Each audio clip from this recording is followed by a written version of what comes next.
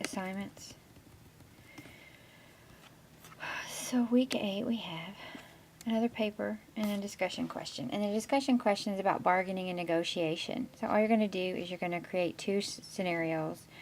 One in which management would prefer centralized bargaining, and one in which the union would prefer centralized bargaining. So you're definitely focusing on centralized bargaining, but you want to talk about how it can benefit management and how it can benefit unions, and then provide a rationale for each one based on your readings and your course materials. And then for the second bullet, you're going to examine the major implications of unfair bargaining actions on the negotiation climate. Feel free to do some research and check. There are some examples of, major companies and some, bargaining actions that were questionable. Just kind of tell me how that affects the mood, morale, the progression of negotiation when that happens. Suggest 2 actions that an employer could take against an employee in order to mitigate the possibility of engaging in unfair negotiation tactics. So in this one, you're going to look up what the employer can do in this situation. Basically you want to make sure that as an employer you try to prevent any unfair union activities. And a lot of times, this is the thing about unions, is that unions are good because it really is a situation based. If you haven't figured it out yet, and I'm sure you have, that unions, it's so hard to come down on the pro or anti side when there are just situations where they are so needed. The employers are just abusing employees. They're just,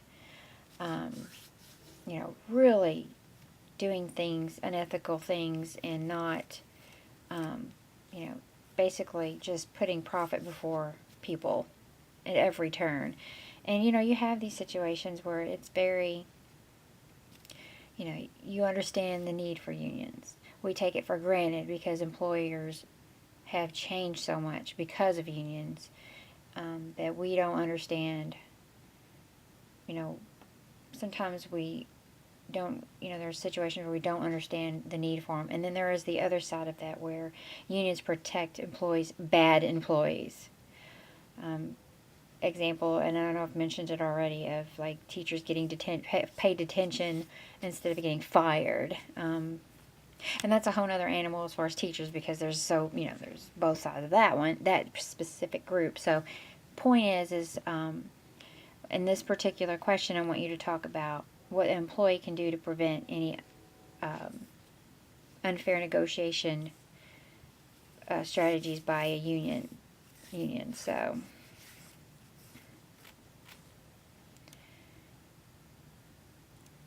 the compensation plan.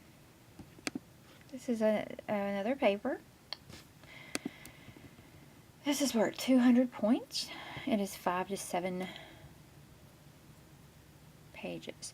When I say 5 to 7, I want to be clear. That's the body of the paper. That does not include the title page or a reference list. I don't grade based on page length. However, students that meet the higher end or exceed it are usually the ones that cover the material in the most thoroughly with the most detail. Now that doesn't necessarily mean, I've had students that are just able to efficiently write a paper in 5 pages that really address every piece that I'm looking for. But I'm just saying you might want to think about that when you're writing your paper. But it is subjective. It is up to I'm the one evaluating the paper. I'm looking for content, but I'm just saying, you think about that. How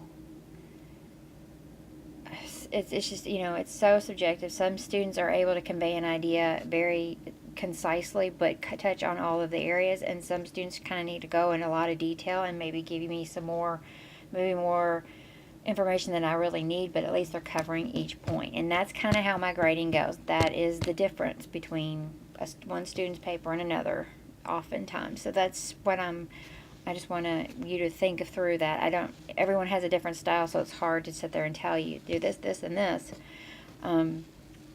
But I would say err on the side of too much detail, if that's kind of helpful.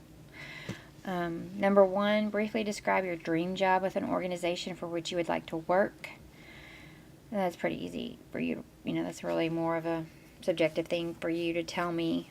Number 2, create a rewards and compensation package for this position that would attract skilled workers and control cost at the same time. This is where you have to apply some of what you've learned. Make sure that the compensation package is reasonable for the industry that you're choosing. If it's a sales type of position, or you might use, you're going to need commission. There's certain types of jobs that are more effective with bonus structures. There are certain jobs that aren't. You're going to think about that. Is salary, not salary, it just depends. You have to think about those things when you're writing this, and create a benefit, and that kind of flows right into number 3. Create a benefits package for this position that's competitive yet advantageous, to the company. I am so excuse me, still so stuffed up, so I apologize. I'm a little got a little froggy in my throat. I feel like I do. I don't really sound bad, but I have a feeling. Anyway, number 4, speculate on how the negotiating and collective bargaining of this specific position would contribute to the achievement of organizational goals. Provide a rationale for your response. So, this is kind of a loaded question. What does that mean? Well, you have to first think about the position that you want, and you're going to go talk about that, but then go with that position, and then tell me how the negotiation and collective bargaining process would go for this position, if you were, if it was a unionized organization, and how could negotiating the contract for that position help achieve the goals of the organization. It's kind of an indirect effect, but what you need to think about is, within this job and the organization that you're in, whatever it is, and again, it's probably going to be a very well-known organization, maybe. Of course, you might have a dream job that's more of a locally based company, but what you need to do is look at their culture, how they do things, what is the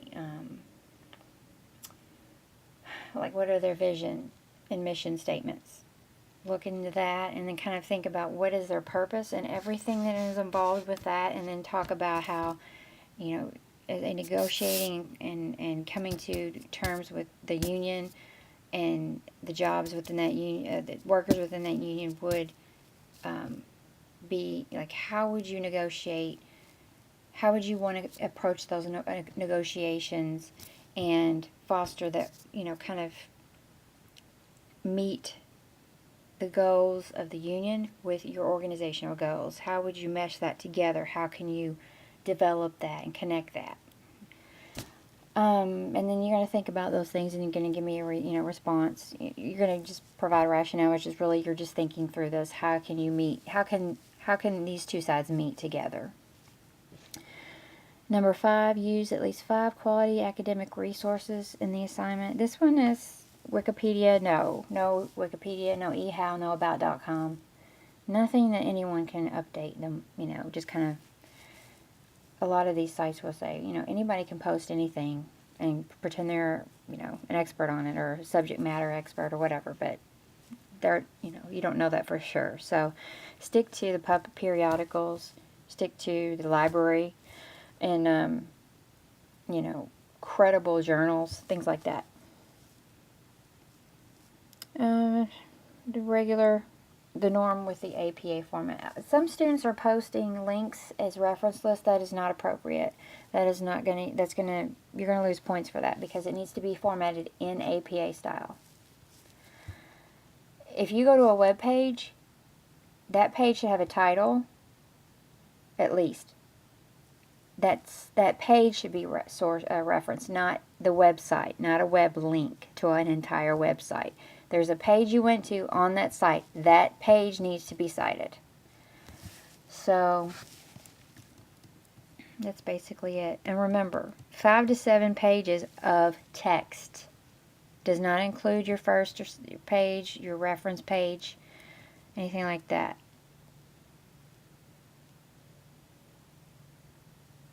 And it says it right here, and it always has in the assignment, right here. The cover page and the reference page are not included in the required page length. Just make sure that you're not doing that because it doesn't count.